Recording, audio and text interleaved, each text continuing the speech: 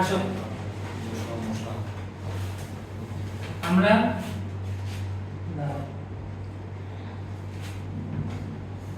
প্রথম ক্লাসে কি পড়ছিলাম দেখো তো?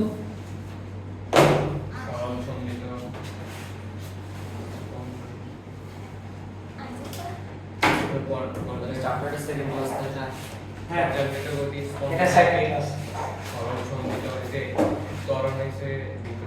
হ্যাঁ তো দেখো ভাই কি বলেছিলাম একটু দেখেন। তাহলে প্রথম ক্লাসে আমরা সরল সন্ধিত স্পন্দন গতি এগুলো আমরা পড়ছিলাম এবং আমরা যে জিনিসটা দেখছিলাম সেটা হচ্ছে যে সরল সন্ধিত স্পন্দন জিনিসটা আসলে কি, যে সাম্যাবস্থান থেকে যত দূরে আমি যাব সরণের যত পরিবর্তন মানে সরণ যত হবে তত তাড়াতাড়ি সেই কোথায় আসতে যাবে, সাম্যাবস্থায় চলে আসতে যাবে। অর্থাৎ সরণের মান ত্বরণের মানে সমানুপাতিক কিন্তু বিপরীতমুখী, অর্থাৎ ত্বরণটা কোথায় আসতে চায়, সাম্যাবস্থায় আসতে চায় এবং সাম্যাবস্থায় কিসে ত্বরণে আসবে। তো এই কারণে সরণ যাচ্ছে দূরে, ত্বরণ যাচ্ছে আবার সাম্যাবস্থার কাছে, তাহলে বিপরীতমুখী হইল, তাই না? এবং এটাকে আমরা কি বলছিলাম, সরল সন্ধিত স্পন্দন গতি। আজকে আমরা শুরু করব হচ্ছে তরঙ্গ থেকে, ঠিক আছে? তরঙ্গ চ্যাপ্টারের নাম তরঙ্গ শব্দ এবং আমরা শুরু করব তরঙ্গ দিয়ে। দেখো তাহলে আজকে আমাদের এই চ্যাপ্টারের ক্লাস নাম্বার 2। তাহলে আমরা শুরু করব হচ্ছে তরঙ্গ দিয়ে। তরঙ্গ ইংলিশে আমরা এটাকে বলি হচ্ছে ওয়েভ, ইংলিশে আমরা এটাকে বলি হচ্ছে ওয়েভ বা তরঙ্গ, ঠিক আছে? তাহলে আমরা এখন একটু এটা एग्जांपल দিয়ে জিনিসটা বোঝার চেষ্টা করব। আমরা সংজ্ঞাটা পরে লেখে, সংজ্ঞাটা আগে লেখালে তোমরা বুঝবা না। তো আলটিমেট আমি আগে ইয়াটা বুঝাই, মানে উদাহরণটা দেই, উদাহরণটা দিলে তোমরা বুঝতে পারবে। খেয়াল করো, একটু মনোযোগ দেই। মনে করো এটা হচ্ছে একটা পুকুরের, মনে করো এটা হচ্ছে একটা পুকুর, হ্যাঁ? এই পুকুরে এই যে আমি যে এই কালো লাইনটা টানলাম এটা হচ্ছে পানির উপরে পৃষ্ঠটা, ঠিক আছে? পানির উপরে পৃষ্ঠটা এবং এখানে একটা মনে করো কচুরি পানা আছে, ঠিক আছে? মনে করো এখানে একটা কি আছে, কচুরি পানা আছে, হ্যাঁ? কচুরি পানা কি তোমরা গ্রামে গেলে দেখো কচুরি পানা পুকুরে পানি কি হচ্ছে, ভেসে থাকে না? ভেসে থাকে, ঠিক আছে? আচ্ছা তাহলে মনে করো পানিটা স্থির অবস্থায় আছে এবং কচুরি পানাটা এই পানির মধ্যে ভাসতেছে, ক্লিয়ার? আচ্ছা এবার মনে করো তুমি এখানে পানিতে ঢেউ তৈরি করবা। এখন ঢেউ কেমনে তৈরি করে, ইট মাইরা ঝাঁপ দিয়ে বা মনে করো পানিতে থাপ্পড় দিলে তাহলে কি তৈরি হয়, ঢেউ তৈরি হয় না? আচ্ছা তাহলে খেয়াল করো আমরা কি তৈরি করব, এখানে ঢেউ তৈরি করব। সাপোজ এখানে আমার কি তৈরি হলো, ঢেউ তৈরি হলো, যে পানির একটা কি তৈরি হলো, ঢেউ তৈরি হলো। তুমি খেয়াল করবা পানির মধ্যে যে তুমি ঢেউটা তৈরি করছো এই ঢেউটা কচুরি পানার মধ্যে দিয়ে যাবে না? কচুরি পানার মধ্যে দিয়ে যাবে কিনা?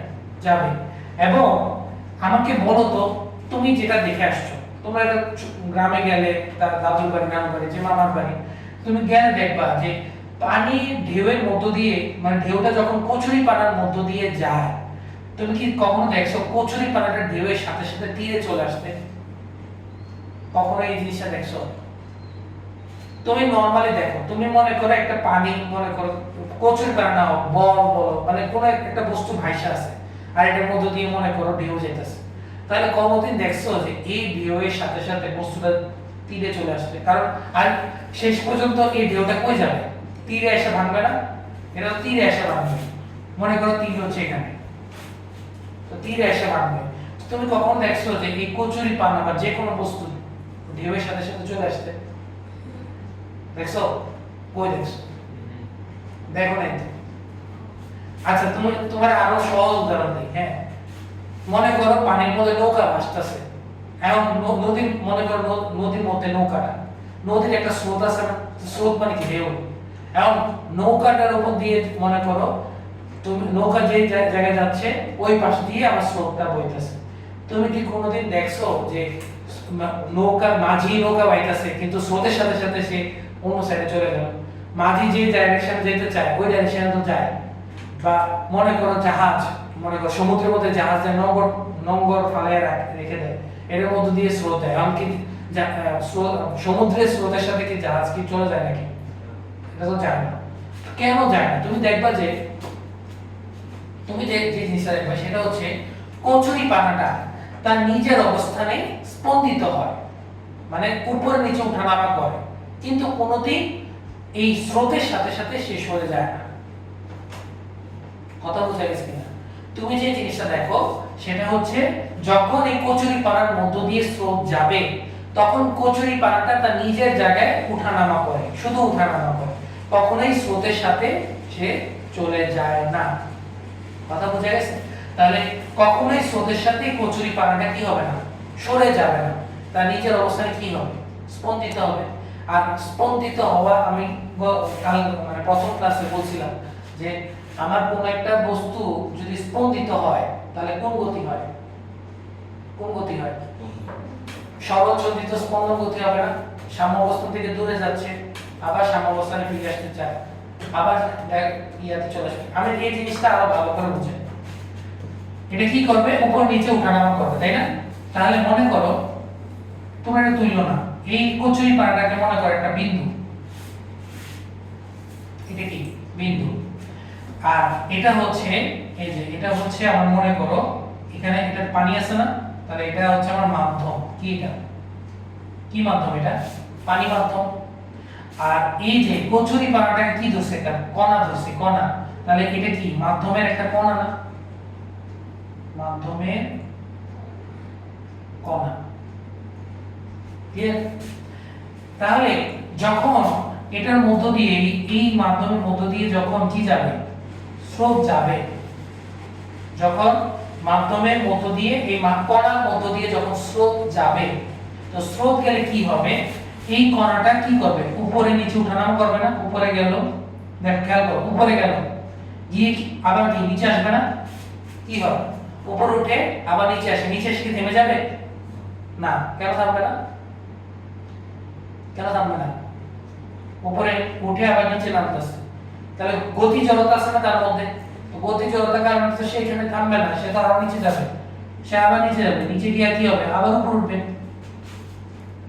এবং এভাবেই তো সে স্পন্দিত হবে। এখন কতক্ষণ পর্যন্ত এভাবে উপর নিচ করবে, মানে উপর নিচে ওঠানামা করবে? কতক্ষণ পর্যন্ত? যতক্ষণ পর্যন্ত আমার স্রোত প্রবাহিত হবে। যতক্ষণ পর্যন্ত স্রোত আসবে ততক্ষণ পর্যন্ত কণাটা কি করবে? ওঠানামা করবে। যখনই স্রোত শেষ হয়ে যাবে কণাটা আবার আগের জায়গায় কি থাকবে? স্থির। আগের জায়গাটা যে স্থির অবস্থা এটাকে আমরা কি বলি? সাম্যাবস্থা। সে আবার সাম্যাবস্থায় চলে আসবে। ভাইয়ের কথা বুঝে গেছে কিনা? তাহলে একটা জিনিস আমি বলতে চাচ্ছি যে কোন মাধ্যমে, খেয়াল করো আমরা তরঙ্গের সংজ্ঞাটা দিচ্ছি, কোন মাধ্যমে কণার মধ্য দিয়ে যখন এক স্থান থেকে, খেয়াল করো, এক স্থান থেকে অন্য স্থানে এই যে তরঙ্গটা, এই যে আমাদের ঢেউ তৈরি হয়েছে, ঢেউ মানে কি? তুমি এখানে কি দিছো? শক্তি দিছো না? তুমি এখানে মনে করো ঝাঁপ দিছো, ইয়ে দিছো, তোমার একটা এনার্জি তুমি ইয়ার মধ্যে দিলা, পানির মধ্যে দিছো। তাহলে খেয়াল করো এই যে ঢেউ যে তৈরি হচ্ছে, ঢেউয়ের মাধ্যমে কি যাচ্ছে? শক্তি যাচ্ছে। তাহলে সামনের দিকে হচ্ছে আমার শক্তি প্রবাহ। কি প্রবাহ? এটা শক্তি প্রবাহ। এবং এই যে উপর নিচে ওঠানামা করতেছে, এটা কিসের? এটা কিসের ইয়া? এটা হচ্ছে শক্তি। সামনে হচ্ছে শক্তি প্রবাহের দিক, তাই না? আর উপর নিচে এটা কিসের দিক? এটা হচ্ছে স্পন্দনের দিক। স্পন্দনের দিক, উপর নিচে ওঠানামা করতেছে। তাহলে খেয়াল করো আমরা কি বুঝতে পারলাম যে আবার মাধ্যমের একটা কণা মধ্য দিয়ে যখন শক্তি প্রবাহিত হয় তখন এই যে মাধ্যমের যে কণাটা সেটা কি হবে? সেটা উপর নিচে ওঠানামা করবে, কিন্তু শক্তির সাথে সাথে সে স্থানান্তরিত হবে না। কণাটা কি হবে না? শক্তি প্রবাহের ডাইরেকশনে কি হবে না? স্থানান্তরিত হবে না। তার মানে হচ্ছে সিম্পল কথা, কণাটা তার নিচে জায়গা থেকে সরবে না। মানে সে নিজের অবস্থানে স্পন্দিত হবে, উপর নিচে ওঠানামা করবে, কিন্তু কখনোই ঢেউয়ের সাথে সাথে কি যাবে না, সরে যাবে না। কথা বুঝে গেছে? বামে ডানে যাবে না, খালি উপর নিচে কি হবে, ওঠানামা করবে। এবং উপর নিচে ওঠানামা এটাকে কি বলি আমরা, স্পন্দনের দিক। এবং স্পন্দন বলতে আমরা কি গত ক্লাসে কি বলছিলাম, এসএসএম, সিম্পল হারমোনিক মোশন, সরল সঞ্চিত স্পন্দন গতি। কথা বুঝে গেছে? তাহলে আমরা কি লিখতে পারি, আমরা এটা একটু মুছে দেই, এটা মুছে দেই, তাহলে আমরা সংজ্ঞাটা লিখতে পারি, তাই না? লেখো ভাইয়ের সাথে সাথে সংজ্ঞাটা লেখো। সংজ্ঞাটা, যে পর্যায়বৃত্ত আন্দোলন, যে পর্যায়বৃত্ত আন্দোলন কোন জড় মাধ্যমে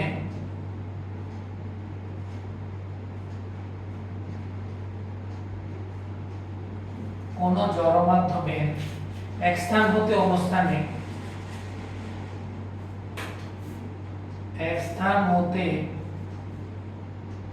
অন্য স্থানে শক্তি সঞ্চারিত করে,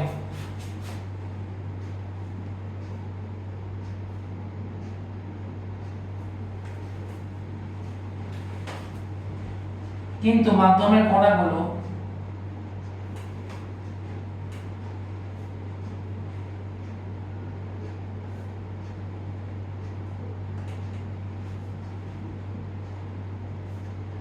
স্থানান্তরিত করে না।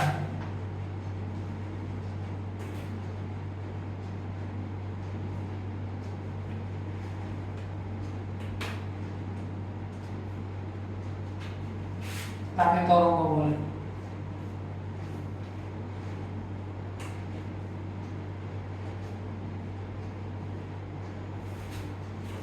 যে পর্যায়বৃত্ত আন্দোলন কোন জড় মাধ্যমে, খেয়াল করো, তুলবা চিত্রটাও উঠাবা, তুলবার সাথে চিত্রটাও উঠাবা,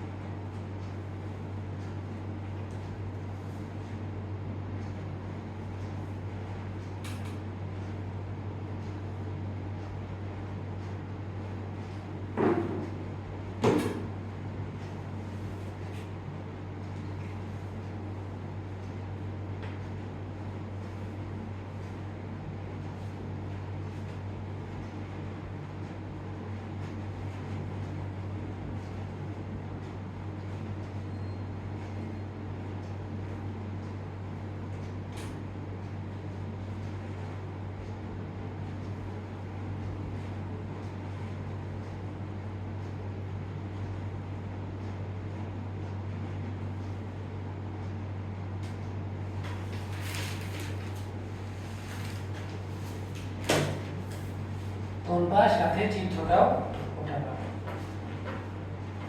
ঠিক আছে?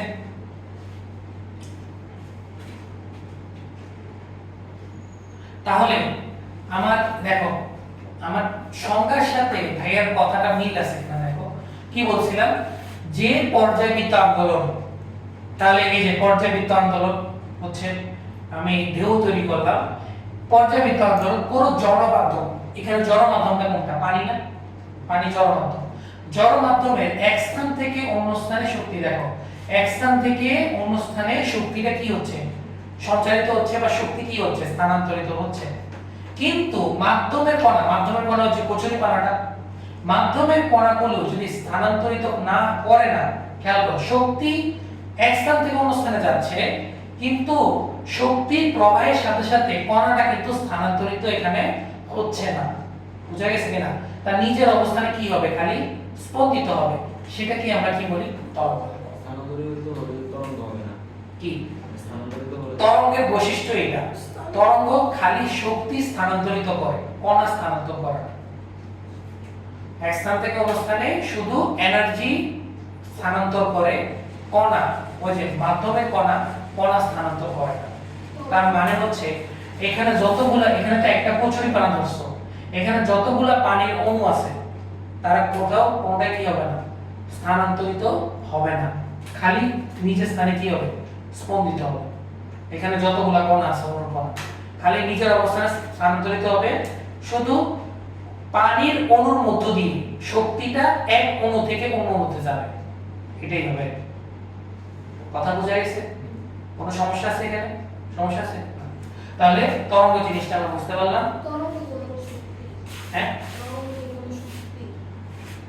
না এই যে ঢেউটা তৈরি আন্দোলন হইতেছে এটাই তরঙ্গ এবং এই ঢেউয়ের মাধ্যমে শক্তি স্থানান্তরিত হয় শুধু কণাটা স্থানান্তর হয় না এটাই আমি ভাই বুঝাইতেছি কথা বোঝা গেছে কোনো সমস্যা আছে তাহলে এটা আমরা বুঝলাম তরঙ্গ জিনিসটা আচ্ছা এবার আমি কিভাবে বুঝতে পারলাম যে এই যে কণাটা এটা সরলচলিত স্পন্দন গতি করতেছে এই যে কণাটা আমি একটা কণা ধরলাম না এই কণাটা কেন আমার অ্যাসিড করতেছে সরলচলিত স্পন্দন গতি হচ্ছে খেয়াল করো আমরা প্রথম ক্লাসে একটা পেন্ডুলাম দেখাইছিলাম মনে আছে একটা পেন্ডুলাম দেখাইলাম দেখ একটু মনোযোগ দিয়ে দেখো তাহলে তোমরা বুঝতে পারবে একটা পেন্ডুলাম আমরা দেখাইছিলাম এবং এই যে এটা থিটার মানটা অবশ্যই কত থেকে ছোট হয় 4 ডিগ্রি সমান বা তার চেয়ে ছোট তাহলে এটা তার কি অবস্থা ছিল সাম্যাবস্থা এটা তার কি অবস্থা সাম্যাবস্থা খেয়াল করো সাম্যাবস্থা থেকে সে দূরে গেল না সাম্যাবস্থা থেকে দূরে গেল এই যে এটা তার কি অবস্থা এই যে স্ট্রেট লাইনটা দেখতেছ এটা তার সাম্যাবস্থা না কণাটা তাহলে এই কণাটার সাম্যাবস্থা হচ্ছে এটা সাম্যাবস্থা তাহলে খেয়াল করো সাম্যাবস্থা থেকে দূরে গেল না দূরে গেছে এই যে সাম্যাবস্থা থেকে দূরে গেল আবার এই যে এখান থেকে আবার কোথায় যাবে বলো তো আবার সাম্যাবস্থায় ফিরে আসে তাহলে আবার কি হলো সাম্যাবস্থা তাহলে এই দেখো আবার সাম্যাবস্থায় ফিরে আসছে কিনা তাহলে আমরা এক নাম দিই এটা মনে করো 1 নাম্বার এটাকে আমরা কি নাম দিই 1 নাম্বার আবার এই যে এখান থেকে আবার কি হলো ফিরে আসছে না ফিরে আসছে তাহলে এটার নাম নাম্বার দিয়ে 2 নাম্বার এটাকে আমরা বলি হচ্ছে 2 নাম্বার ক্লিয়ার এখানে এসে থেমে যাবে নাকি আরেক পাশে যাবে আরেক পাশে তো গেল না এটা কি এখানে এসে থেমে যাবে নাকি আরো নিচে যাবে নিচে যাবে তাহলে এটা 3 নাম্বার ছিল 3 নাম্বার তাহলে এটাও কত নাম্বার 3 নাম্বার এখান থেকে আবার কই যাবে আবার সাম্যাবস্থায় যাবে তাহলে আবার সাম্যাবস্থায় যাবে দেখো এখান থেকে আবার উপরে গেছে তাহলে এটা 4 নাম্বার তাহলে খেয়াল করো এটা আর এটা সেম কি না এসএচএম এর যে एग्जांपल দিছিলাম এটা বলতে যা এটা বলতে তো তাই তাহলে আমার যে এই তরঙ্গের মধ্যে যে প্রতিটি কণা তাহলে এটা প্রতিটা কণা এখানে সরল চন্ডিত স্পন্দন গতি আছে না তাহলে আমরা একটা কথা লিখতে পারি না যে মাধ্যমের প্রত্যেকটি কণা তরঙ্গ যখন সঞ্চারিত হবে তরঙ্গের মধ্য দিয়ে যখন শক্তি সঞ্চারিত হবে তখন মাধ্যমের প্রত্যেকটি কণা এসএচএম গতিতে থাকবে বলা যায় কিনা তাহলে একটা কথা লিখতে পারি নোট তোমরা নিচে লিখবা আমি উপরে লিখতেছি যে শক্তি স্থানান্তরিত হওয়ার সময়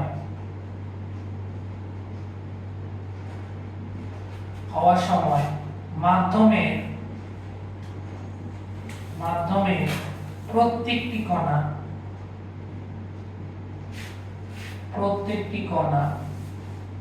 SHM গতিতে থাকবে SHM মানে হচ্ছে সিম্পল হারমোনিক মোশনের শর্ট ফর্ম সংক্ষিপ্ত রূপ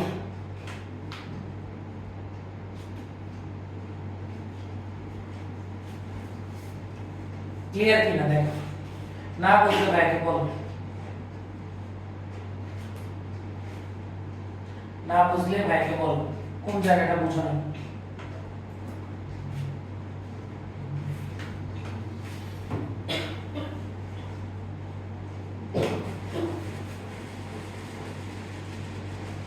পেন্ডুলামের চিত্রটাও উঠাতে পারো একসাথে পাশাপাশি তুলতে পারো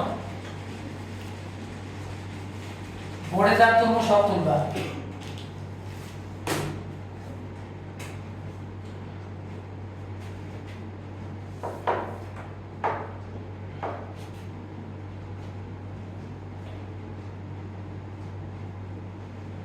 ক্লিয়ার? তাহলে আমাদের এটা বুঝা হইলো। এবার আসো তরঙ্গের প্রকারভেদ। আমরা একটু প্রকারভেদ নিয়ে আলোচনা করব। আমরা এটা মুছে দিই। লেখো লেখো তরঙ্গের প্রকারভেদ। তরঙ্গের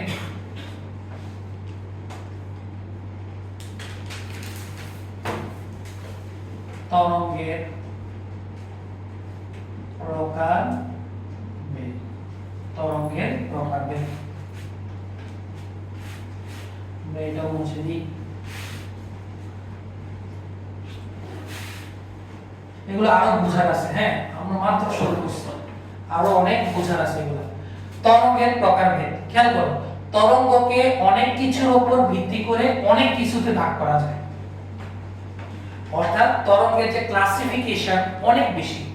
তো আমরা আমাদের জন্য যতটুকু দরকার আমরা ততটুকুই করব। তরঙ্গকে মাধ্যমের উপর ভিত্তি করে দুই ভাগে ভাগ করা হয়। মাধ্যমের উপর ভিত্তি করে কয় ভাগে ভাগ করা হয়? দুই ভাগে। এক ধরনের তরঙ্গে কিসের প্রয়োজন হবে? মাধ্যমের প্রয়োজন হবে। আরেক ধরনের তরঙ্গে মাধ্যমের প্রয়োজন হবে না। যে সকল তরঙ্গে মাধ্যমের প্রয়োজন হয় তাকে আমরা বলি হচ্ছে যান্ত্রিক তরঙ্গ। কি বলি? যান্ত্রিক তরঙ্গ। আর যে সকল তরঙ্গে মাধ্যমের প্রয়োজন হয় না সেগুলোকে আমরা বলি হচ্ছে তাড়িত চুম্বকীয় তরঙ্গ। কথা বুঝাইছে? সহজ। দেখো, মাধ্যমের উপর ভিত্তি করে মাধ্যমের উপর ভিত্তি করে তরঙ্গকে দুই ভাগে ভাগ করা হয়। এক নম্বর হচ্ছে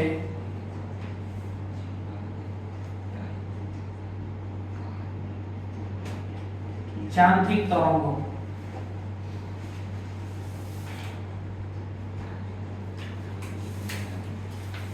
এক নম্বর হচ্ছে যান্ত্রিক তরঙ্গ। যান্ত্রিক তরঙ্গ কি হচ্ছে? তরঙ্গ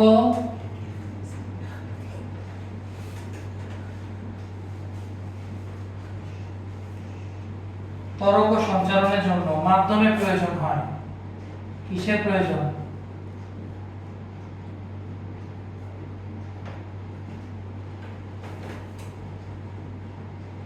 মাধ্যমের প্রয়োজন হয়। তাহলে একটু আগে আমরা যে एग्जांपल দিলাম, পানির মধ্যে দিয়ে যে তরঙ্গ, যেটাকে আমরা বলতেছি পানি তরঙ্গ, তাহলে এটা যান্ত্রিক তরঙ্গের মধ্যে পড়বে না? ওই তরঙ্গ প্রবাহের জন্য কিসের দরকার? পানির দরকার আছে। তাহলে একটা উদাহরণ হচ্ছে যেমন পানি তরঙ্গ, মাধ্যম আমার লাগবে হচ্ছে পানি। আরেকটা তরঙ্গ আছে, এটা হচ্ছে শব্দ তরঙ্গ।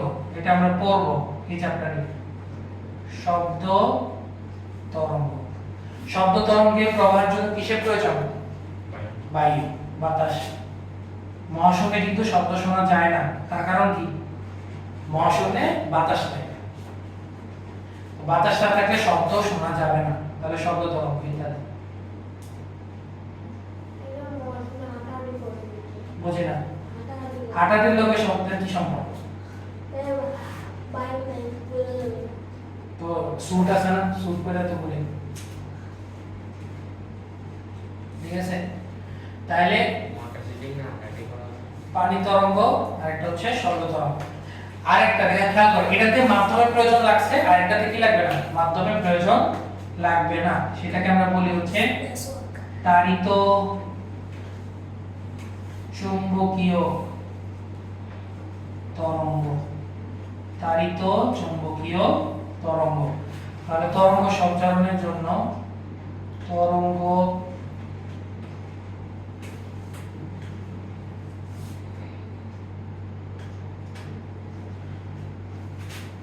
মাধ্যমের প্রয়োজন নেই।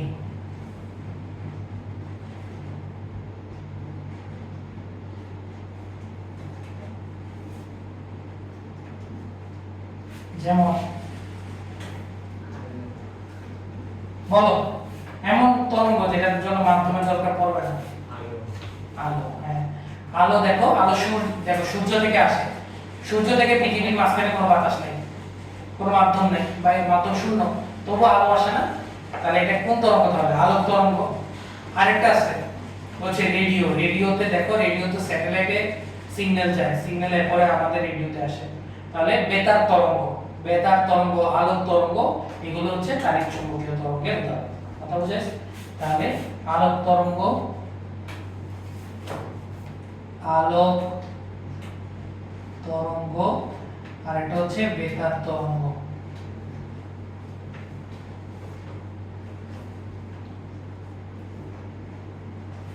আলোক তরঙ্গ, বেতার তরঙ্গ ইত্যাদি।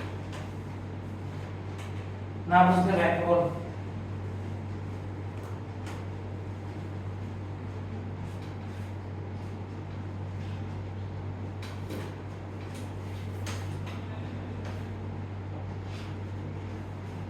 ক্লিয়ার কিনা, নাকি সমস্যা আছে? দেখো, আজকের ক্লাস এবং কালকেও তোমাদের ক্লাস আছে, ঠিক আছে? কালকেও ক্লাস আছে দুপুর 2টায়, সন্ধ্যা 6টায়, ঠিক আছে?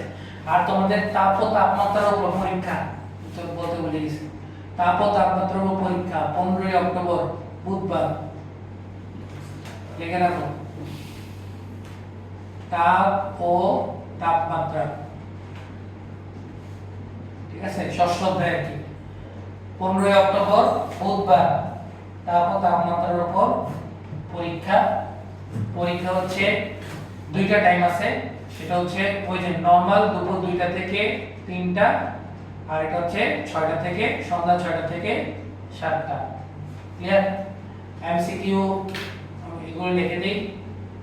এমসিকিউ হচ্ছে আমার 20, শর্ট কোশ্চেন এসকিউ হচ্ছে 5, সিকিউ হচ্ছে 10। টোটাল 1 ঘন্টা সময়। 35, হ্যাঁ 35 নম্বরের পরীক্ষা। সময় হচ্ছে না, সময় হবে না তো, এগুলো যদি তাহলে কষ্ট হয়ে যাবে। সৃজনশীল আছে না, সৃজনশীল আছে, সৃজনশীল ধরো তোমার 20 মিনিট, আরে সরি 25 মিনিট, 25, এটা হচ্ছে কত 20, এমসিকিউ 20টা 20 টাইম দেওয়া 20 মিনিট, তাহলে 25 আর 20 কত 45, আর মনে করো এসকি হচ্ছে 5টা তো 1 মিনিটে দিতে পারবো না, মনে করো 10 মিনিট, তাহলে কত 55 হয়ে গেছে তো, আর 5 মিনিট এক্সট্রা এটা আমাদের যদি ভুল হয় তো হিসাব ঠিক আছে। হ্যাঁ, তাহলে 15 অক্টোবর তারপর তাপমাত্রা পরীক্ষা, ওই ব্যাচেও বলে দিছি। আচ্ছা, তাহলে আমরা বুঝতে পারলাম সমস্যা আছে কোনো? না, সমস্যা আমাদের নাই। এবার এখন থেকে আমাদের মেইন পড়াটা শুরু। কথা বুঝে গেছে? এতক্ষণ যা পড়ছি সব হচ্ছে আমার বেসিক কনসেপ্টগুলো আমরা পড়ছি। আমরা জানছি পর্যায়বৃত্ত গতি কি, আমরা জানছি কি জানছি দোলন গতি কি, আমরা জানছি সরল সন্ধিত স্পন্দন গতি কি, আমরা জানছি তরঙ্গ জিনিসটা কি, তরঙ্গের প্রকারভেদ আমরা জানলাম। এবার দেখো আমাদের মেইন পড়া শুরু। বক্স দিয়ে লেখো,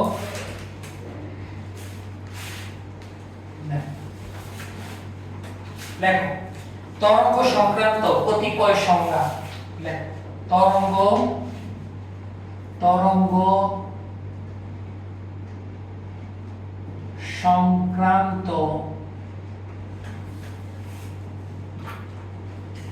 কতিপয়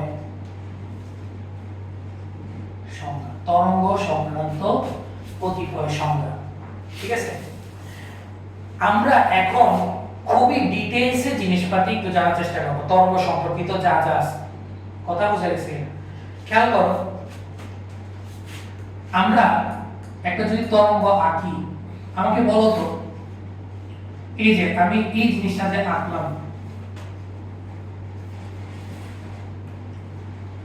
এই লাইনটা কি অবস্থা? সাম্যাবস্থা।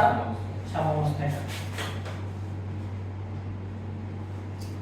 সাম্যাবস্থা। এই লাইনটা হচ্ছে আমার সাম্যাবস্থা। এটা হচ্ছে আমার কি? এটা মনে করো আমার তরঙ্গ। ক্লিয়ার? তরঙ্গের উপরস্থ একটা বিন্দু নিলাম বা একটা কণা, এটা নিলাম, হ্যাঁ ক্লিয়ার? সমস্যা আছে না? খেয়াল করো তো, তোমার একটা জিনিস তোমরা এখানে একটু বুঝতে হবে, সেটা একটা ওই যে একদম ক্লাসের প্রথমেই আমি একটা কথা বলছি যে মাধ্যমের কণা কখনো কি হয় না, স্থানান্তরিত হয় না, শুধু কি করে উপর নিচে ওঠানামা করে। এই কথাটা আমরা একটু প্রমাণ করতে চাই। আমরা যা কিছু পড়লাম সব কিছুর সাথে আমরা কি করতে চাই, জিনিসটাকে প্রমাণ করতে চাই। কথা বুঝে গেছে? এবার খেয়াল করো, আমার জিনিসটা এই যে আমি যে কণাটা আঁকছিলাম, এটা হচ্ছে আমার সাম্যাবস্থা, তাই না? এটা সাম্যাবস্থা, আর এটা হচ্ছে আমার কণাটা, তাই না? এটা আমার কণাটা। খেয়াল করো তো, কণাটা কি করবে? এসএচএম ঘটবে। এটা তো আমরা প্রমাণ করছি যে সরল সঞ্চিত স্পন্দন গতিতে সে উপর নিচে ওঠানামা করে। তাহলে খেয়াল করো, সে উপর উঠলো, সে উপর উঠলো, এখন কতটুকু উপর উঠবে সেটাকে আমরা বলছি, কতটুকু উপর উঠবে, কতটুকু উপর উঠবে। খেয়াল করো, এই যে কণাটা এই যে উপর উঠলো, আমরা একটু পেন্ডুলামটাও আঁকি, ঠিক আছে? আমরা একটু পেন্ডুলাম জিনিস ইয়াটাও আঁকি।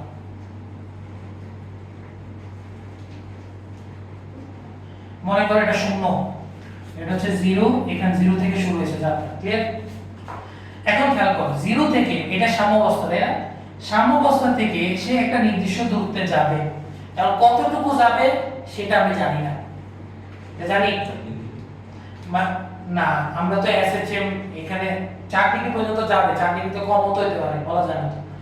মেইন কথা হচ্ছে সাম্যাবস্থা থেকে সে যতটুকু সরণ ঘটাবে, অর্থাৎ সর্বাধিক যতটুকু পর্যন্ত যেতে পারবে, সেটাকে আমরা বলি হচ্ছে বিস্তার। কি বলি এটাকে? বিস্তার। ইংলিশে আমরা এটাকে বলি হচ্ছে অ্যামপ্লিটিউড। কথা বুঝে গেছে? সাম্যাবস্থা থেকে সর্বাধিক যতটুকু দূরত্ব সে অতিক্রম করবে সেটাকে আমরা কি বলি? বিস্তার। তাহলে সাম্যাবস্থা থেকে সে কত পর্যন্ত যাবে? বিস্তার পর্যন্ত যাবে, তাই না? বিস্তার, এটাকে আমরা কি দ্বারা প্রকাশ করি? এ দ্বারা প্রকাশ করি। কথা বুঝে গেছে? তাহলে আমাকে বলো তো, মনে করো ও থেকে এটা পি বিন্দুতে গেছে, তাহলে ও থেকে কতটুকু পর্যন্ত যাবে? পি বিন্দু পর্যন্ত যাবে, তাহলে পি বিন্দু পর্যন্ত যাবে, এবং এটাই তার কি? এটাই তার বিস্তার না? বিস্তার এ। ও থেকে পি পর্যন্ত গেল। এবার এটার ক্ষেত্রে বিস্তার কোথায় হবে বলো তো? বিস্তার আমি বলছি সাম্যাবস্থা থেকে সর্বাধিক যতটুকু পর্যন্ত যাবে, মানে সাম্যাবস্থা থেকে লম্ব দূরত্ব হিসাব। সাম্যাবস্থা থেকে কি হিসাব? লম্ব দূরত্ব। এই যে এটা যদি ইয়ে হয় তাহলে এটা কি হবে? এটা সাম্যাবস্থা না? সাম্যাবস্থা থেকে এটা তাহলে বিস্তার না? এই যে লম্ব দূরত্বটা, এটা তো আমার বিস্তার, এটা তো আমার বিস্তার। এই যে সাম্যাবস্থা থেকে লম্ব দূরত্ব, এটা সাম্যাবস্থা, এটা সাম্যাবস্থা, ঠিক আছে? এটা সাম্যাবস্থা, এটা কি? এটা সাম্যাবস্থা। এই সাম্যাবস্থা থেকে সর্বাধিক কত পর্যন্ত? দেখো, তাহলে সাম্যাবস্থা থেকে সর্বাধিক দূরত্ব এতটুকু না? লম্ব দূরত্ব, এটা চূড়াটা, এবং এই চূড়াটা এটা আমার কি হবে তাহলে? এই যে এতটুকু ডিসটেন্স, এটাই আমার বিস্তার না? বিস্তার এ, বিস্তার এ। সাম্যাবস্থান থেকে বিস্তার, বিস্তারে গেল। তাহলে সাম্যাবস্থান থেকে বিস্তারে কোন বিন্দুতে গেছে? পি বিন্দু। তাহলে এটাও আমার কি বিন্দু হবে? পি বিন্দু। এটাও আমার কি বিন্দু? পি বিন্দু। এবার আমাকে বলো, আমরা প্রথম ক্লাসে পড়াইছি সাম্যাবস্থা থেকে বিস্তারে যেতে কত সময় লাগে? সাম্যাবস্থা থেকে বিস্তারে যেতে কত সময় লাগে? t/4 না? 4 ভাগে ভাগ করছিলাম না? t/4। তাহলে এই যে কণাটা তার নিজের অবস্থান থেকে সর্বাধিক উচ্চতা যেতে কত সময় লাগবে তাহলে? t/4। t/4। এই O বিন্দু থেকে এই P বিন্দুতে যেতে কত সময় লাগাবে? t/4। বুঝছো কি না? এবার কোথায় যাবে বলো তো? আবার বিস্তার থেকে কোথায় যাবে? সাম্যাবস্থায় ফিরে আসবে না? এই যে এই কণাটা, এটা দেখো না, এটা দেখো, এই বিস্তারে আছে, এখন P তে আছে, P থেকে কোথায় আসবে? O তে আসবে না? P থেকে আবার O তে আসবে কিনা? তাহলে P থেকে আবার কোথায় আসলো? O তে আসলো। মনে করো Q বিন্দু নাম দিলাম, Q পি থেকে আবার কোথায় আসলো কিউ, এখন বলো বিস্তার থেকে আবার সাম্যাবস্থা আসতে কত সময় লাগবে? t/4 same time. তাহলে t/4 এটা এটাও কই আসবে দেখো, এখানে ও থেকে আবার কোথায় আসবে? এখানে চলে আসবে না সাম্যাবস্থায়, কিউ বিন্দু নাম দিলাম। তাহলে কত সময় লাগাবে? করে রাখি। হ্যাঁ, তাহলে কত সময় লাগাবে? t/4 লাগাবে। তাহলে খেয়াল করো এই যে পি থেকে আবার কোথায় আসবে? আবার সাম্যাবস্থায় চলে আসবে না? তাহলে এই বিন্দুটার নাম দিলাম কিউ এবং সময় লাগাবে কত? t/4। এখানে এসে কি থেমে যাবে নাকি আরো নিচে যাবে? নিচে। আরো নিচে যাবে না? নিচে গেল কতটুকু পর্যন্ত? আর বিন্দু পর্যন্ত গেল।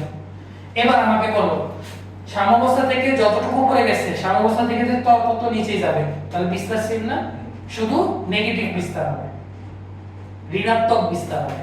উপরে হলে পজিটিভ, নিচে হলে নেগেটিভ। তাহলে এটাও আমার কি বিস্তারের মধ্যেই আসলো, বিস্তার বিস্তার হচ্ছে -a। তাহলে এখানে আমি যদি চিত্রটা আঁকি, কিউ থেকে কোথায় আসছে? আর এই যে আর নাম দিলাম। তাহলে এখানে আসতে কত সময় লাগাবে? t/4। এখানেও আসতে কত সময় লাগাবে? t/4। এই খেয়াল করো কিউ থেকে এবার কোথায় যাবে? আর এ যাবে, তাহলে বিস্তারে যাবে। তাহলে এই যে বিস্তার কোথায়? এখানে না বিস্তার আর, তাহলে এতটুকু হচ্ছে আমার নেগেটিভ বিস্তার, এই নেগেটিভ বিস্তার। এই যে এটা হচ্ছে আমার নেগেটিভ বিস্তার, বিস্তার নেগেটিভ বিস্তার মাইনাস। ক্লিয়ার? এখানে এসে কি থেমে যাবে নাকি আবার সাম্যাবস্থায় যাবে? আবার সাম্যাবস্থায় যাবে। তাহলে আবার সাম্যাবস্থায় গেল। ঠিক আছে, এটার নাম দিলাম, এবার দিলাম s। এটা সময় লাগবে কত? t/4। আবার দেখো r থেকে আবার কোথায় আসবে? n আবার ফিরে আসবে, s এ চলে আসবে, তাহলে সময় লাগবে কত? t/4। r থেকে আবার কোথায় চলে আসবে? s এ চলে আসবে, সময় লাগবে কত? t/4 t/4। তিনটা সেম চিত্র কিনা? তিনটা দিয়ে সেম জিনিস বুঝায় কিনা? তাহলে তিনটা চিত্র দেখে আমি কি বলতে পারি না, দেখো তো তিনটা চিত্র দেখে আমি কি বলতে পারি কিনা যে আমার ও কিউ এস একই বিন্দু? ও কিউ এস একই বিন্দু, এটা দেখে বলা যায় কিনা ও কিউ এস একই বিন্দু? বলা যায়। তাহলে এই দুইটা চিত্রে যদি ও কিউ এস একই বিন্দু হয়, তাহলে এই চিত্রে ও কিউ এস একই বিন্দু না? তাহলে ও কিউ এস যদি একই বিন্দু হয়, তাহলে জিনিসটা প্রমাণ হয়ে যেতেছে না যে কণাটা তার নিজের অবস্থানে স্পন্দিত হইতেছে, স্থানান্তরিত হইতেছে না? ও কিউ এস যদি একই বিন্দু হইতো, যদি ভিন্ন ভিন্ন বিন্দু হইতো, তাহলে বোঝা যেত যে কণাটা কি হইতেছে, তরঙ্গের সাথে সাথে কই চলে যাচ্ছে, মানে স্থানান্তরিত হয়ে যাচ্ছে। ও তে ছিল, এখন এস বিন্দুতে আছে কণাটা।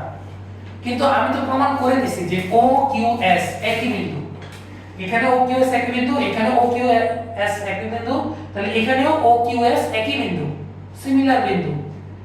তো একই বিন্দু হলে আমি কি আমার কি প্রমাণ হয়ে গেছে না যে কণাটা তার নিজের অবস্থানে স্পন্দিত হইতেছে? তাহলে আমরা কি লিখতে পারি? আমরা লিখতে পারি যে ও কিউ এস একই বিন্দু,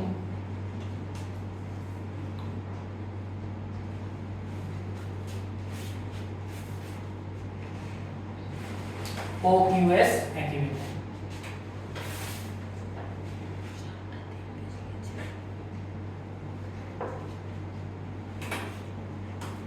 সবাই আছে না? বুঝলে ভাইকে বল, চিত্রগুলো উঠাও, চিত্রগুলো উঠাও, একই সাথে উঠাও। হ্যাঁ, আলাদা আলাদা উঠাও না, আলাদা আলাদা উঠাইলে বুঝবা না। আলাদা একটা পেজ নাও, পেজ নিয়ে একই সাথে চিত্র যেগুলো উঠাও, আলাদা পেজ নিয়ে কি না একই সাথে উঠাও, তাহলে বাসায় গিয়ে বুঝতে পারবে আর কি। আলাদা আলাদা উঠাইলে তো পরে দিয়ে প্রেস লাগে ফলবে আর কি জিনিসটা, যে ভাই কেন লিখলো ও কিউ এস একই বিন্দু।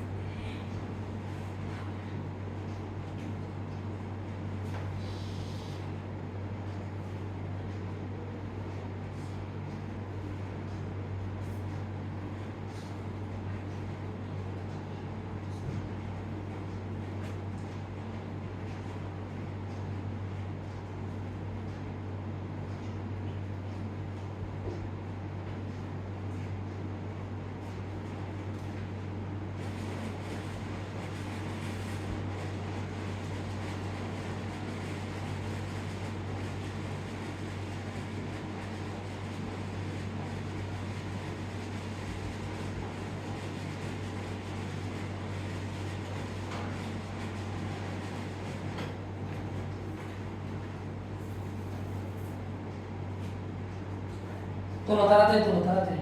আমরা একটা জিনিস একটা ইয়া দেখালে আমাদের আজকে ক্লাস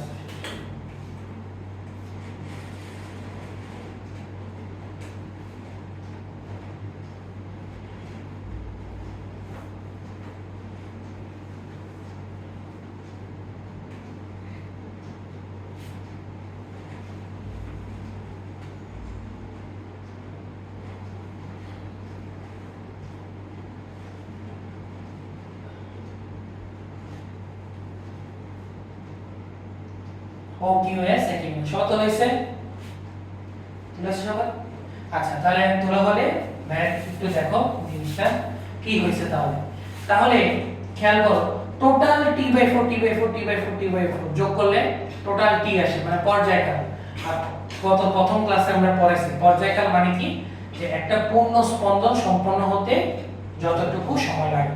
তাহলে এখানে একটা এই যে ও থেকে এস পর্যন্ত একটা পূর্ণ পর্যায় সম্পন্ন হয়েছে কিনা, ও থেকে এস পর্যন্ত একটা পূর্ণ পর্যায়, এখানে একটা পূর্ণ পর্যায় সম্পন্ন হয়েছে কিনা। এই যে ও থেকে যাত্রা শুরু করে আবার একই পথে একই ডাইরেকশনে, খেয়াল করো নিচ থেকে উপরে আবার একই ডাইরেকশন, নিচ থেকে উপরে আবার সাম্যাবস্থায় ফিরে আসছে। তাহলে এটা কি, এটা আমার ইয়া না, পূর্ণ স্পন্দন না? দেখো এই যে সাম্যাবস্থা থেকে যাত্রা শুরু করছে একই ডাইরেকশন উপর থেকে, আবার খেয়াল করো আর থেকে আসে একই ডাইরেকশন, আবার কি আসছে ফিরে আসছে না, ফিরে আসছে কিনা। তাহলে এখানেও একটা পূর্ণ স্পন্দন সম্পন্ন হয়েছে, এখানেও একটা পূর্ণ স্পন্দন সম্পন্ন হয়েছে। আবার দেখো এখানেও ও থেকে গেল গিয়ে আবার খেয়াল করো আবার এস বিন্দুতে ফিরে আসছে, একই ডাইরেকশনে ফিরে আসছে। তাহলে এখানেও একটা কি তৈরি হয়েছে, একটা পূর্ণ স্পন্দন হলো। কথা বুঝে গেছে কিনা? তাহলে তিনটাতেই আমার একটা পূর্ণ স্পন্দন সম্পন্ন হয়েছে। এক নাম্বার দেখো পূর্ণ স্পন্দন, এক নাম্বার সংজ্ঞা, এই যে আমাদের হেডলাইন কতিপয় সংজ্ঞা দেওয়া আছে না, তাহলে এক নাম্বার সংজ্ঞা আমরা লিখব হচ্ছে পূর্ণ স্পন্দন। পূর্ণ স্পন্দন ইংলিশে আমরা এটাকে বলি হচ্ছে কমপ্লিট ভাইব্রেশন, কমপ্লিট ভাইব্রেশন। তাহলে সংজ্ঞাটা কি হবে দেখো এর সাথে সাথে, যে তরঙ্গ সঞ্চারণকারী একটি কণা, তরঙ্গ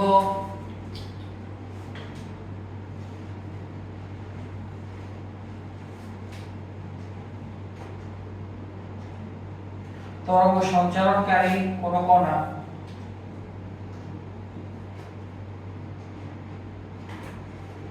কোন বিন্দু থেকে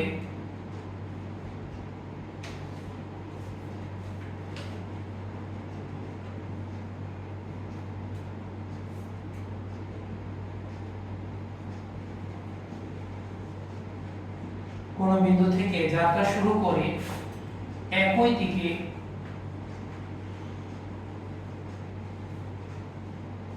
আবার ওই বিন্দুতে ফিরে আসলে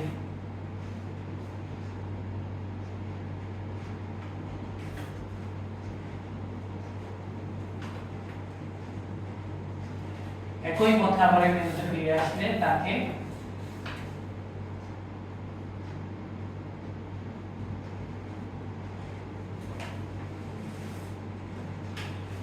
পূর্ণ স্পন্দন বলে। তরঙ্গ সঞ্চারণকারী কোন কণা কোন বিন্দু থেকে যাত্রা শুরু করে একই দিকে আবার ওই বিন্দুতে ফিরে আসলে, একই দিকে আবার ওই বিন্দুতে ফিরে আসলে তাকে আমরা কি বলবো, পূর্ণ স্পন্দন বা কমপ্লিট ভাইব্রেশন বলবো। তাহলে দেখো তো জিনিসটা একটু মনোযোগ দিয়ে, যে এখানে একটা তরঙ্গ ছিল তাই না, এই যে ও কিউ এস একই বিন্দু। তাহলে খেয়াল করো এটাকে, এই জিনিসটাকে আমি শিফট করে এখানে নিয়ে আসতে পারি না, এই যে এটা অর্ধবৃত্ত না, একটা এটা একটা অর্ধবৃত্ত, এটাও একটা অর্ধবৃত্ত, এটাকে আমি যদি শিফট করে দেখো এখানে নিয়ে আসি, শিফট করা যায় কিনা, কারণ ও কিউ এস টা একই বিন্দু। তো এটাকে শিফট করে মানে এস বিন্দুটাকে নিয়ে আসলাম কিউ তে,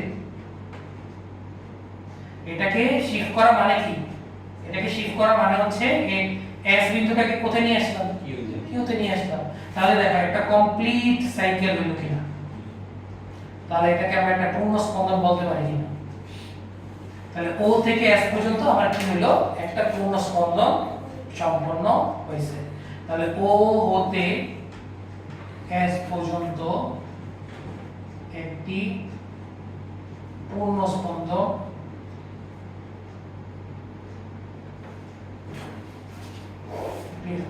স্পন্দন ঘটে। ঠিক আছে, আজকে এতটুকুই। নেক্সট ক্লাস কালকে দুপুর 2টায় সন্ধ্যা 6টায় যে কোনো টাইমে আসলে হবে। কালকে ক্লাস খুবই ইম্পর্টেন্ট। আমরা 1 নম্বর মাত্র শুরু করলাম। কালকে ক্লাসগুলো যদি বুঝো তাহলে তরঙ্গের 50% শেষ, তরঙ্গ চ্যাপ্টারে 50% শেষ। ক্লিয়ার? যাও, আল্লাহ হাফেজ।